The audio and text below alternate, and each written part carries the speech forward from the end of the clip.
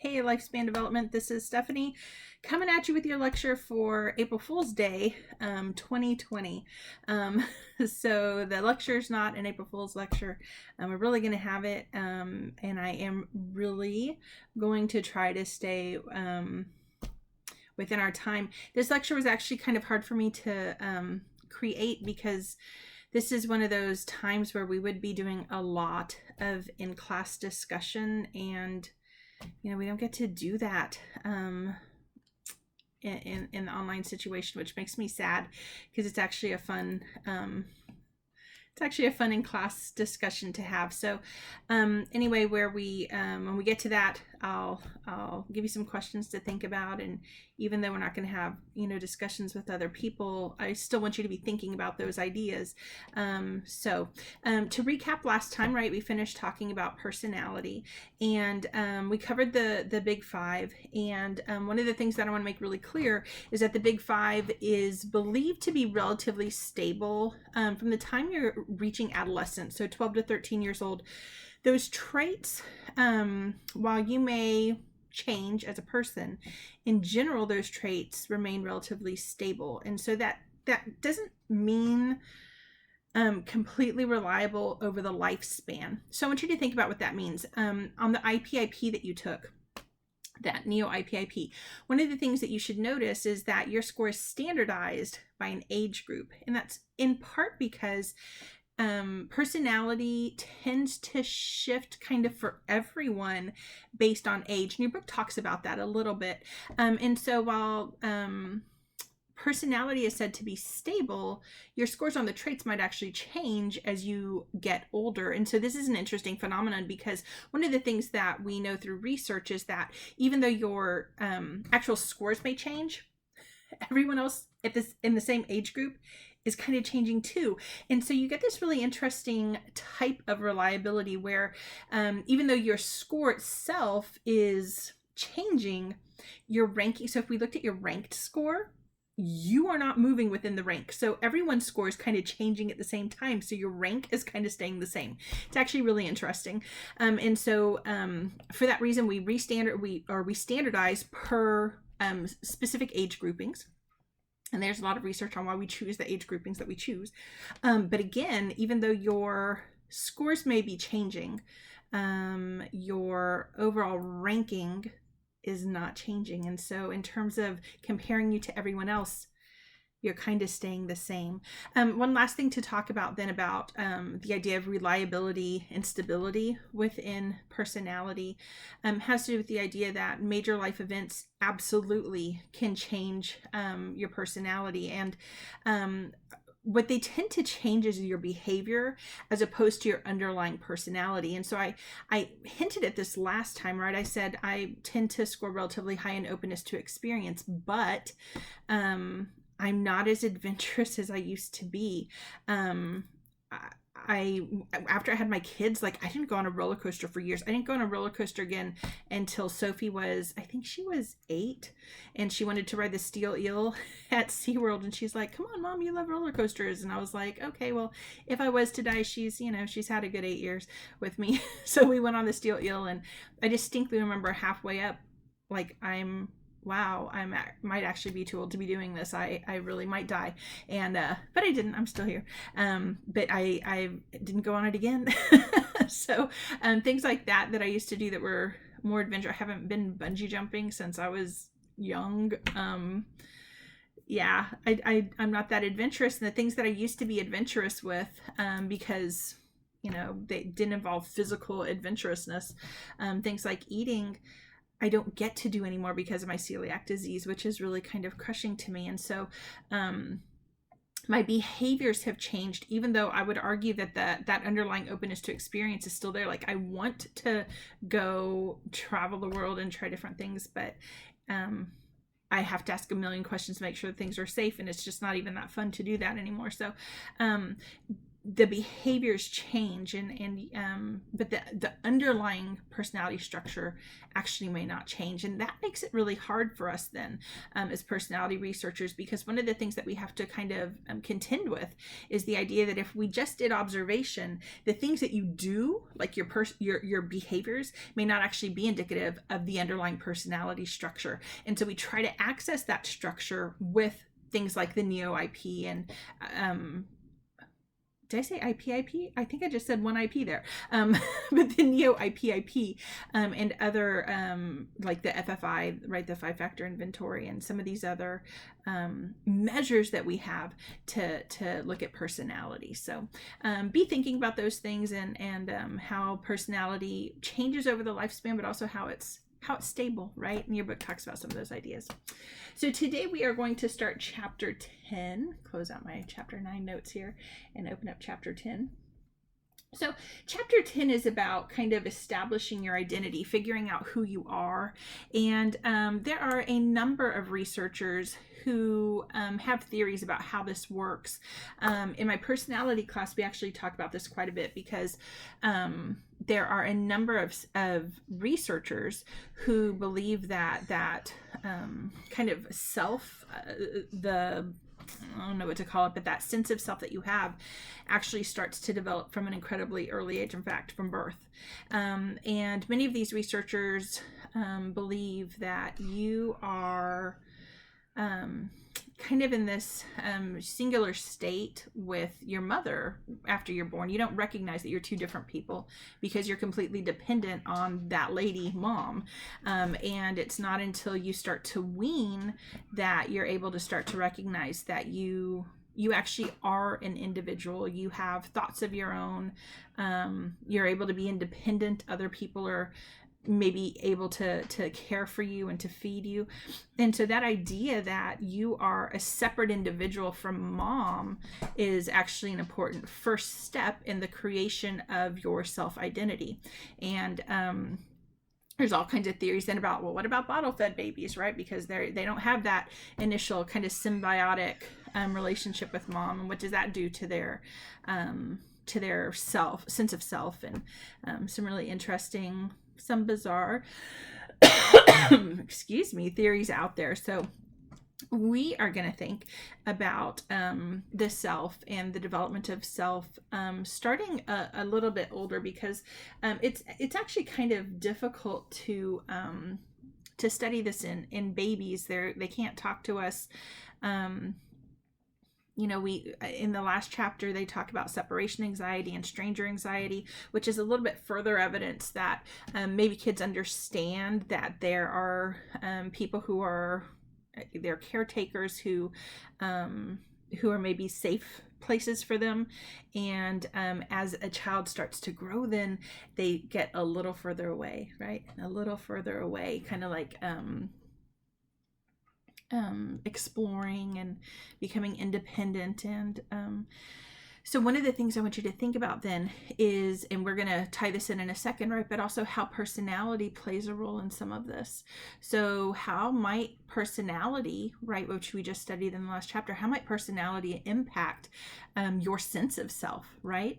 So that it's kind of an interesting little bridge between the two chapters.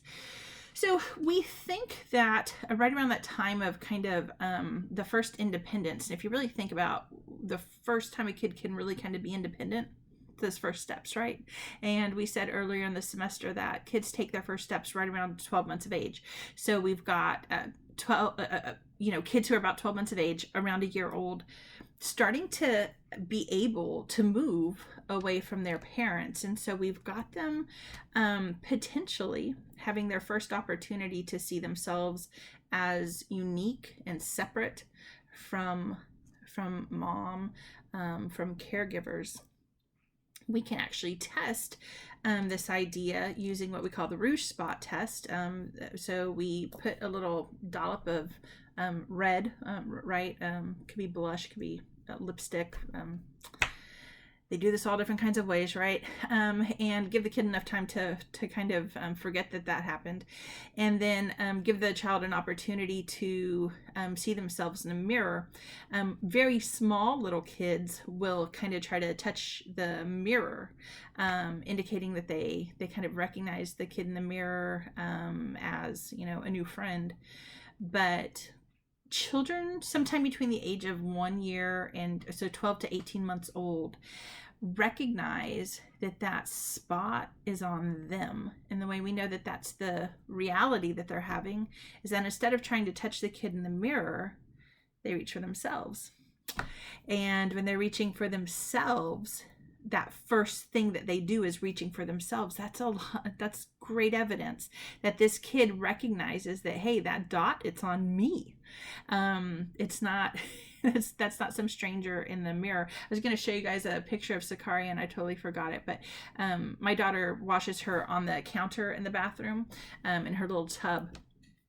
And about 2 weeks ago, she realized that she has a little friend in the mirror, and she loves her bath now. So I showed you the angry face when she was the angriest girl in San Antonio in the last lecture. But she loves her baths now, partly because she has that little friend. And so it's funny because we've been doing little tests because you know who I am on the inside, right? I'm constantly doing things to my poor children and my poor grandchild. And so we've been doing little tests, and she has no idea that that's her in the mirror. She's trying to reach for the baby and her new little friend. And that's okay at some point, right? In about 8 months, all of a sudden she's going to start reaching for herself because she's going to have that self-awareness.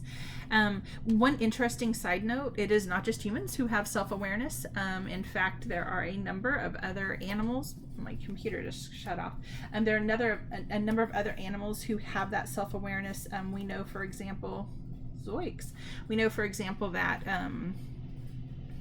primates have some amount of self-awareness. Elephants have some amount of self-awareness, and marine mammals also show some of that same self-awareness when we are thinking about kind of that rouge spot test. It's actually really interesting stuff. So self-awareness, again, seems to begin around the age of around 12 to 18 months. So as the child's getting a little bit older, we can start to see more and more signs of self-awareness. And one of the interesting things that we find then is that kids who are around 3 years old have pretty good idea that they are an individual. Somewhere, my laptop actually just died. It showed it had battery, now it's saying it's critically low, so who knows. So we'll just do this without the notes. So around the age of 3 years old, most kids have a really good understanding, a good sense of self. But they base it on a couple of really interesting things. So gender is a huge thing.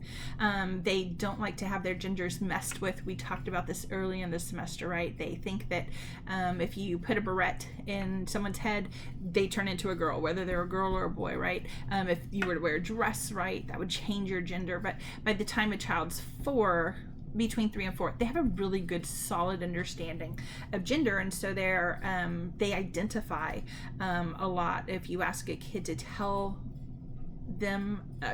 you about themselves, they often answer with like, I'm whatever gender, and then they tell you a lot of like physical things about themselves, like I'm tall or I can run fast. They're not telling you a lot of information about kind of mental stuff. And part of that is because they are still kind of figuring that out, right? The book talks about the theory of the mind. And the theory of the mind is the idea that you, at some point in your life, you start to understand kind of how your mind works, how your own brain works. And as you start to understand like how your brain works, you're also making realizations about how other people's brains work. So for example, when you're 2 years old and you tell a fib, right, to get something that you want, you're not really doing that on purpose. You're not thoughtfully lying. But by the time you're like 3 or 4, you can thoughtfully lie. And not only can you do that, but you also recognize that other people are capable of doing that. So you might start to recognize that, hey, like mom said we were out of cookies, but I feel pretty confident she put some cookies in the refrigerator, right in a bag, way in the back. And if I can lie, mom can lie, right? So that theory of the mind is really important, and kids start to develop that. Between the ages of 3 and 4, we can start to test it. They may be developing it earlier than that, but we know that we can measure it by the time a kid is around 3 or 4 years old. And it continues to develop. In fact, there's some really interesting research that shows that the theory of the mind continues to develop even like into adulthood. Part of that is actually really important for you guys. One of the things that I know when some of you come into my office and we talk about difficulties you're having in your academic life, we talk about, do you even know how you learn? Understanding the best way for you to learn is actually part of the theory of the mind. It's part of your theory of the mind. And so today, I think it's so interesting when we think about what the education system looks like, because so many kids get to us, right? They get to the university level and they don't truly know how to learn information. They've never had to do that before. They've had to memorize, right? But memorization is very different than internalizing it and learning it so they can use it later. And so we have to, 12 years after you should have learned how to do that, we're having to kind of help you uncover how do you even learn. Again, not just memorize, but how do you learn something, internalize it so that you can apply it later and utilize it for the rest of your life. And so the theory of the mind is actually a really important component to this self-awareness that you have. So something else that's really interesting about kids, like right around the age of 3 and 4, is that they are truly developing their sense of self. They're figuring out what they're capable of and not capable of. But when they're really young, they do not understand their actual limitations. They really don't. So a young child might think about themselves as being really strong, and it could be the case that they're really strong for a 3-year-old, but they just think they're really strong. And so if you ask a 3-year-old, for example, to help you move a refrigerator, that 3-year-old may be really willing to do that and may actually go and actually try to help you. Of course, don't let them hurt themselves, right? But part of that is because they do not understand their limits.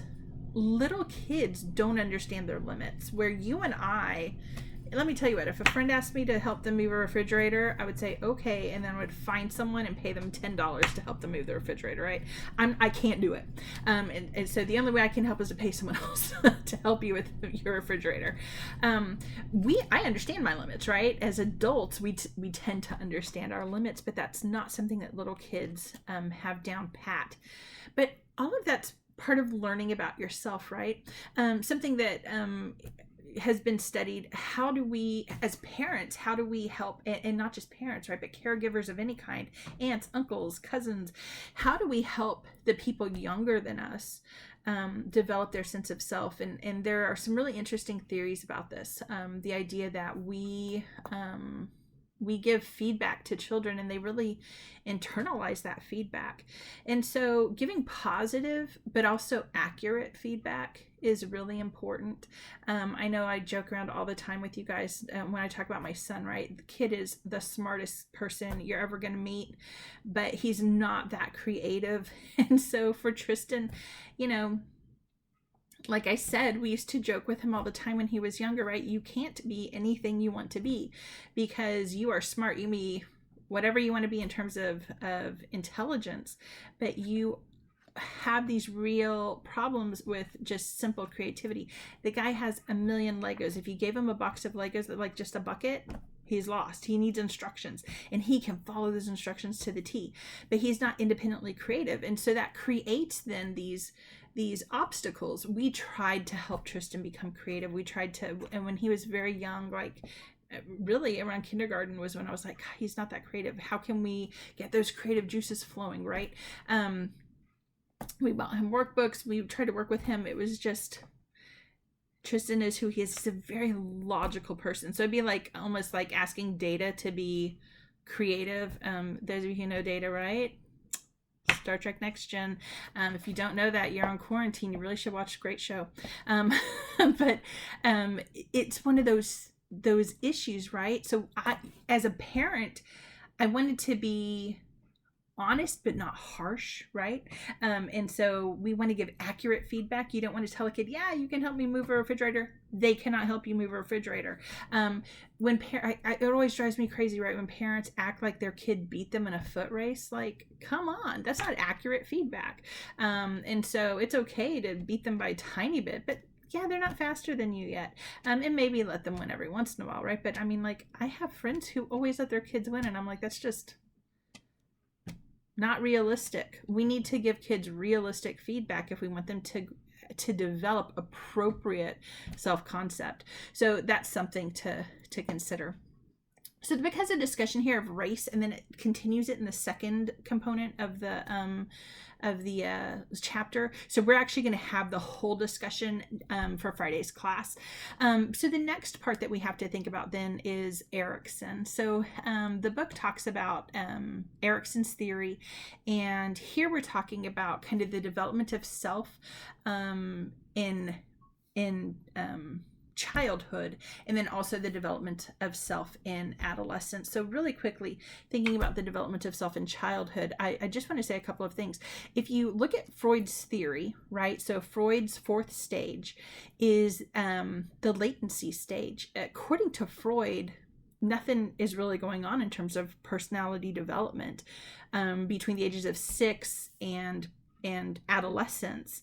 But man, does Erikson see that differently, right? Erikson sees this as an incredibly rich opportunity for kids to either see themselves as being industrious human beings who have something to give to the world, or inferior. And so again, when you look into Erikson's theory, that idea of honest feedback is really important. Building people up, but building people up in honest ways. It's actually really important to build that sense of industry. That idea that, gosh, I do have good things to give to the world. And because I believe in that, I'm more likely to actually do good in the world, right? That's kind of a really neat thing. So I love to think about Erikson's theory, but we're going to end our lecture today talking about the crisis of self that Erikson talks about. So the fifth stage, right, what some people call the identity crisis,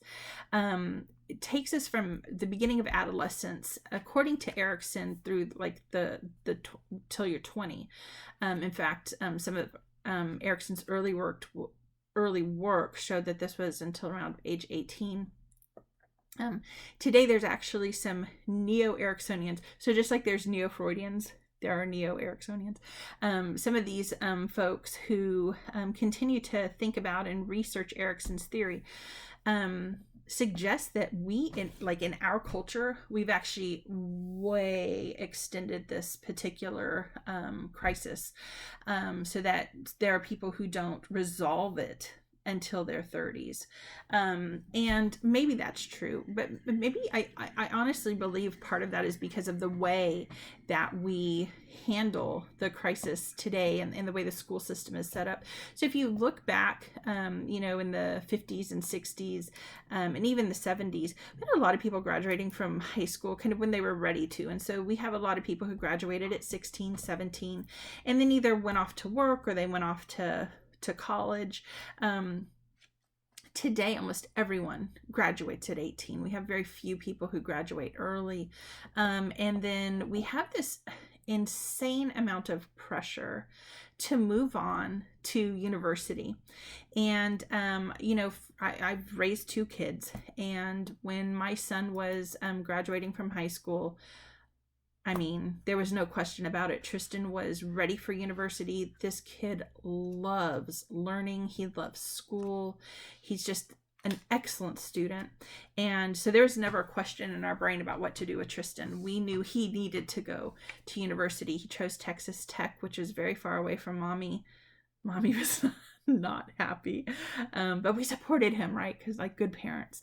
And he did incredibly well. Graduated this December with his with his bachelor's degree in music education, summa cum laude, and we could not be prouder of him. He's just loved every minute of school. He just is a fantastic student.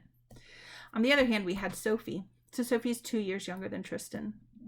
Sophia has never really loved school. Smart kid, thoughtful, but kind of lazy and really doesn't like school. For Sophia, we begged her not to go to school after she graduated, because I've been teaching for a while now. This is my 17th year since I started teaching. And I have seen students like Sophie fail and fail and fail because they don't really want to be in school. They don't love it. They don't necessarily need it to do what they want to do in life. They might not even know what they want to do in life. And so we begged Sophie, don't go to school. We will not charge you rent. We will help you in every way we can for 1 year, at least. And what we want you to do is explore the world. We were hoping that she would travel more. She didn't travel as much as we would have liked, or probably as much as she would have liked. She went to San Diego. She went to a couple of places with her friends. They went to New Orleans. But I wanted her to have those experiences because for Sophie, she wasn't sure what she wanted to do. Tristan knew. And to do what Tristan wanted to do, he had to have a degree. There was not a question about that. And he's very much, he's a lot like me. I was the same way. I never really needed to do very much exploring. I knew what I liked. And actually, I thought I knew what I liked, right? I've shared with you guys my story. I'm an accidental psychologist. This is not ever what I had planned on doing. In fact, the only thing I knew I didn't want to do, right, when I started school was be a psychologist. And then here I am today, right? But I started off civil engineering and fell in love with psych and anthropology. And that's what my undergrad degrees are in. So for me, the idea that people go right to school, I never believed in that. I knew it was right for me. I could tell that was right for Tristan, but for Soph, it just wasn't the right thing.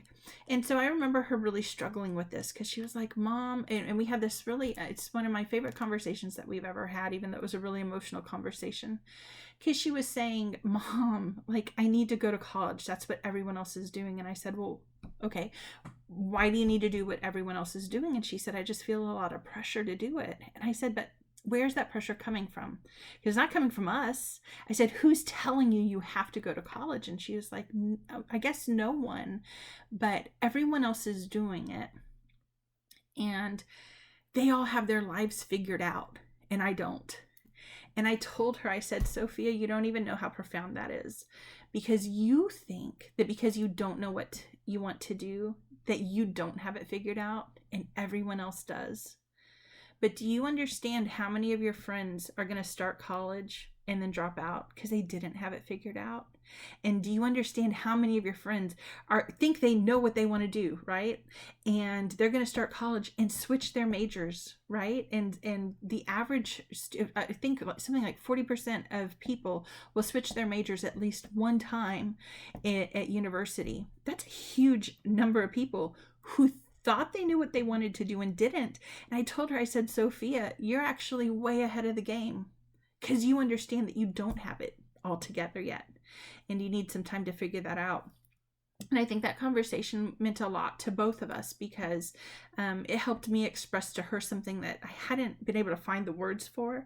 And it helped her understand that not being sure what you wanted to do for the rest of your life when you're 17 years old is actually okay. It's not a failure. It's normal.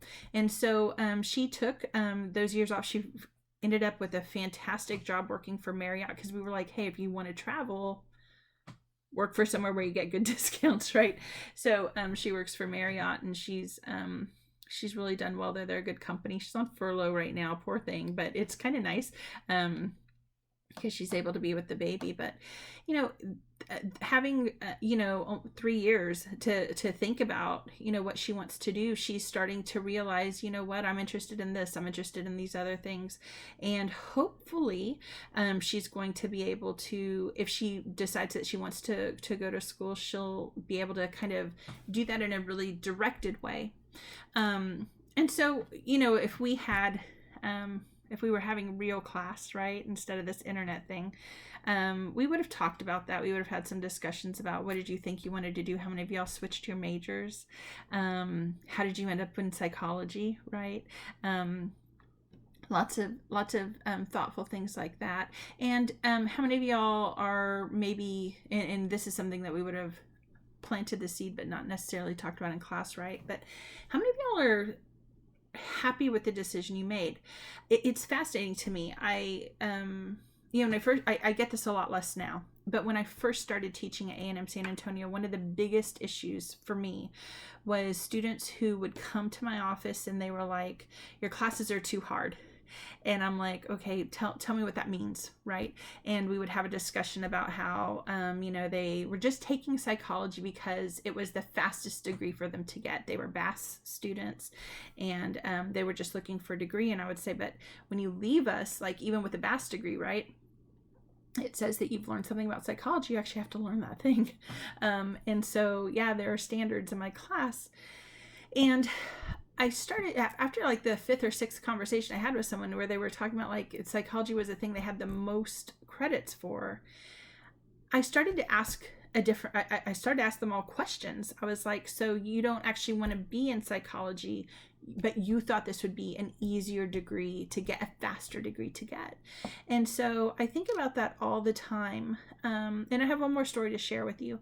So I have a student who many years ago, was really in a quandary. She was a nursing student, and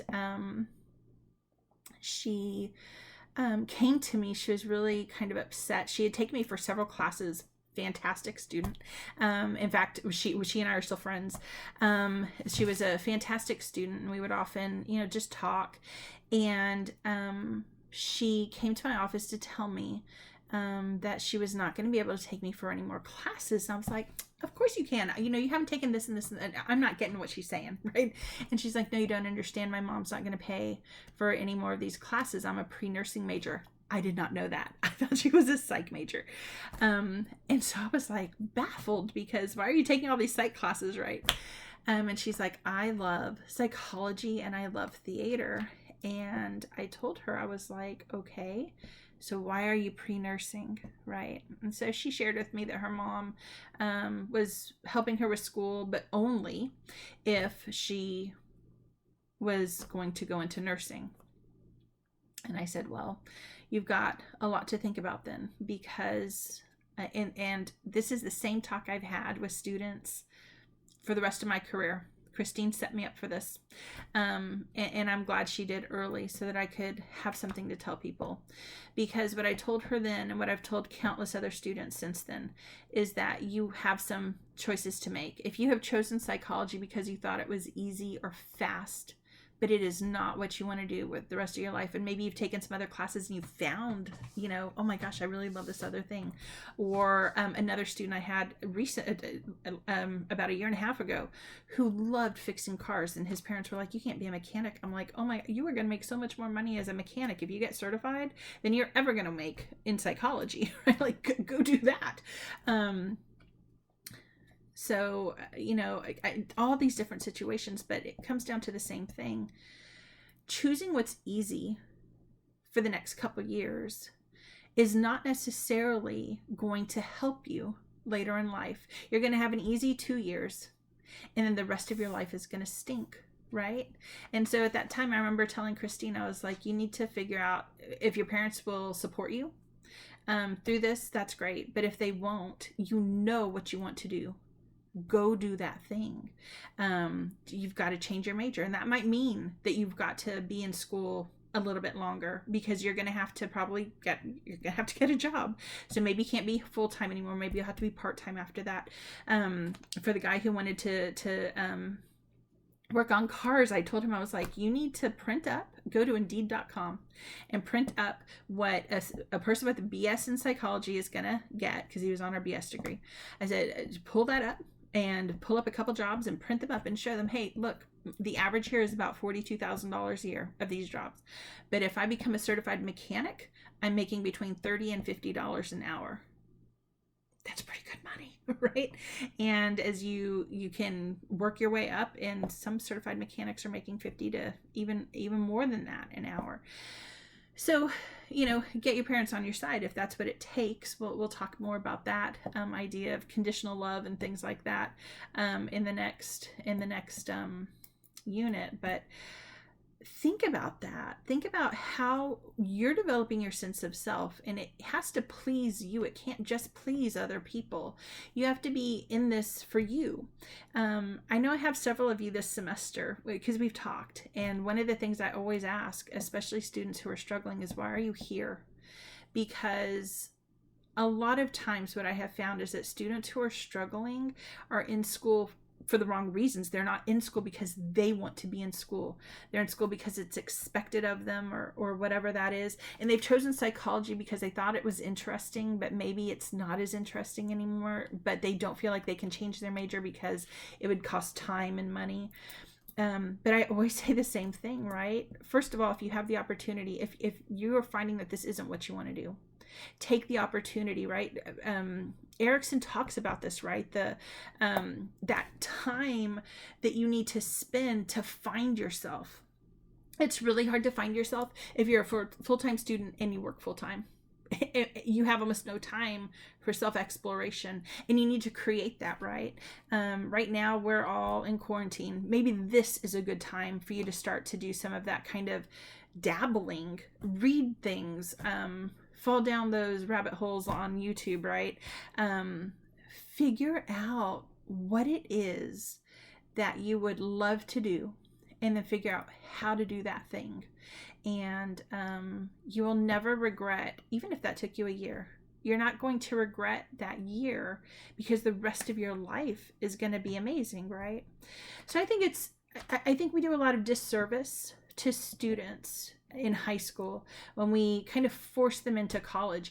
Even for Tristan, I would have loved for Tristan to have taken a year off from school, but he might have lost some of his scholarships then, because a lot of those scholarships, they hold them for you for maybe a year.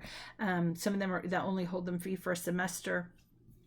And so we didn't want him to, he got scholarships from our church. He got scholarships from his high school band. He had a bunch of scholarships. So for us, it was kind of like, okay, we can't afford for you to do that, but we're also in many ways lucky because you know what you want to do. But gosh, I wish that more parents would not rush their kids into college, because it's an opportunity when you're young and you don't have bills, right, to maybe just go get a job and explore those things, explore those opportunities.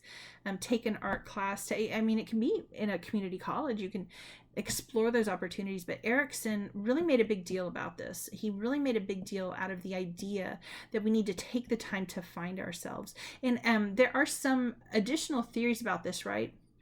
When we think about that kind of midlife crisis that we'll talk about next class as well. One of the ideas that some neo-Ericksonians have thrown out is that one of the reasons we have so many people who are struggling in midlife and kind of maybe even restarting careers and things like that, that generativity, right, versus stagnation, that one of the reasons that they're kind of jump starting their careers is because they actually never truly found themselves before. And maybe what we're seeing is not just that generativity crisis. Maybe we're actually seeing a resurgence, right? Remember that epigenetic principle? So maybe we're actually seeing a resurgence of the identity crisis in midlife, because the things that we chose were for other people. They weren't actually for ourselves. And we've kind of found who we are and what we want to do, and we've taken that opportunity. But imagine if we could all take the time to figure that out when we're in, our late teens, early 20s, and then invest the time in school. And school would be fun, and we wouldn't feel burdened by it because we were working towards something that we truly believed in for ourselves, right? How amazing would that be? So Anyway, like I said, in a real classroom situation, we'd have some of these discussions. We'd do some small group breakouts and think about those things. So that's the lecture for today. I hope that you got something out of it. And I will see you again on Friday. I hope you guys are doing well, and I hope everyone's healthy. I haven't heard from any of you this week. I don't know if that's a good thing or a bad thing, but if you're struggling at all with anything, having to do with the class, please let me know if you're struggling with any of the concepts. Maybe, and actually the book is pretty good for, honestly, it's just a pretty good book in general, but if you're needing any clarification that I'm not providing in the online videos, please let me know. All right, you guys take care of yourselves, and I will see you again on Friday.